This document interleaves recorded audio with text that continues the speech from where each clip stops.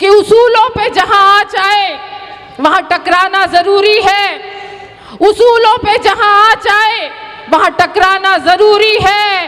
हो अगर जिंदा तो जिंदा नजर आना जरूरी है। आप दिखा दीजिए कि हम जीते जागते लोग हैं, हमारे बच्चे हैं, हमारे परिवार हैं, हमारे बच्चों के मुस्तकबिल हैं और अपना अधिकार हम छीनने के काबिल हैं। और हम लोग अपने एक वोट की जो ताकत हमको संविधान ने दी है, इस कलमे की उंगली से इतने बटन दबा दीजिए। डॉक्टर आजम मीर खान साहब हैं, हम उनका भी इस्तेकबाल समाजवादी पार्टी में करते हैं। शुक्रिया।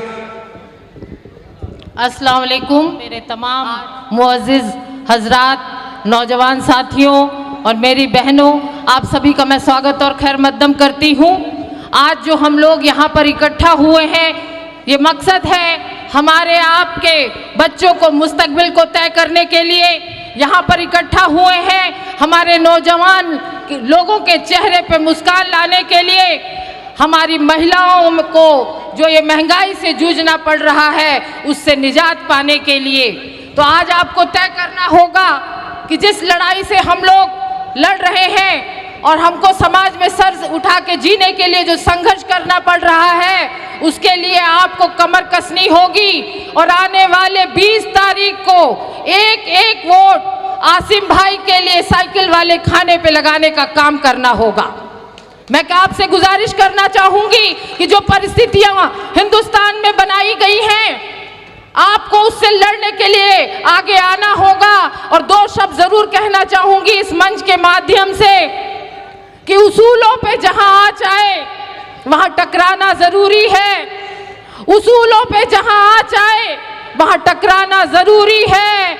हो अगर जिंदा तो जिंदा नजर आना जरूरी है। आप दिखा दीजिए कि हम जीते जागते लोग हैं, हमारे बच्चे हैं, हमारे परिवार हैं, हमारे बच्चों के मुस्तकबिल हैं और अपना अधिकार हम छीनने के काबिल हैं। और हम लोग अपने एक वोट की जो ताकत हमको संविधान ने दी है, इस कलमे की उंगली से इतने बटन दबा दीजिएगा कि आसिम भाई को चौथी बार आप विधानसभा में पहुंचाने का काम कर दीजिएगा। आपकी बहन उत्तर प्रदेश से चल के आई है, आपकी बेटी गुजारिश करने कि चौथी बार अपने नेता को इतना मजबूत करके भेजना कि कैबिनेट मंत्री बन के यहीं आपके लिए वो संघर्ष करने का काम करें, आपकी नुमाइंदगी करने का काम करें।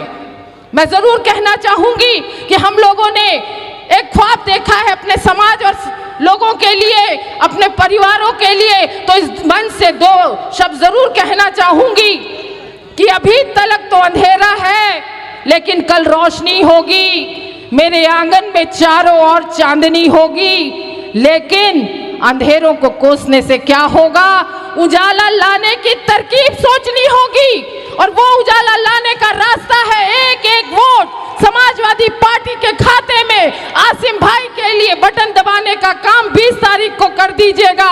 और मेरी बहनें जो घर में बैठी हैं और मेरी आवाज अगर उन तक पहुंच रही है, तो उनसे गुजारिश करूंगी कि सारे काम छोड़ के सुबह वोट डालने का काम पहले करना। आपसे आपकी बहन गुजारिश करने आई है।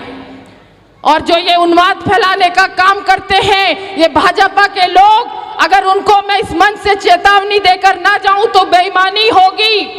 मैं उनके लिए दो शब्द जरूर कहना चाहूंगी कि ये कब तक उन्मादी हवा बांटिएगा, ये कब तक मजहबी नशा बांटिएगा। ये मंदिर, ये मस्जिद, शिवालों की जिद में जब वतन ही ना होगा, नौजवान ही ना होंगे, हमारे आपके परिवार ही ना होंगे, तो क्या बांटिएगा। आप सवाल करिए आने वाले लोगों से कि आपने हमारे परिवारों को सर उठा के जीने के लिए अधिकार देने का क्या काम किया है। हमारे समाज को, हमारे लोगों को, हमारे बच्चों के मुस्तकबिल के लिए आपने क्या संघर्ष किया है। ये सवाल जरूर उठाने का काम करें और मुत्तहिद रहें, एकजुट रहें और आवाज दो, हम एक हैं का नारा बुलंद करने का काम कर दीजिए, जिससे यहाँ से लेकर हमारे विरोधियों तक पहुँचने का काम करे दे। मैं कहना चाहती हूँ कि आवाज दो, सारे लोग बोले हम एक हैं। अंत में इतना ही कहना चाहूंगी, दो शब्द में अपनी बात खत्म करूंगी क्योंकि वक्त की बहुत कमी है। मैं कहना चाहती हूँ कि हम लोग यहाँ पर आप तक आए हैं गुजारिश करने, दो शब्द कहकर इस मंच से जाना चाहूंगी कि नूर की किरण भारी होगी, नूर की किरण भारी होगी।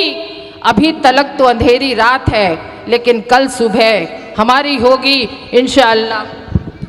बहुत बहुत धन्यवाद, शुक्रिया बेनज़ीर मैडम। अब मैं आजमगढ़ से चलकर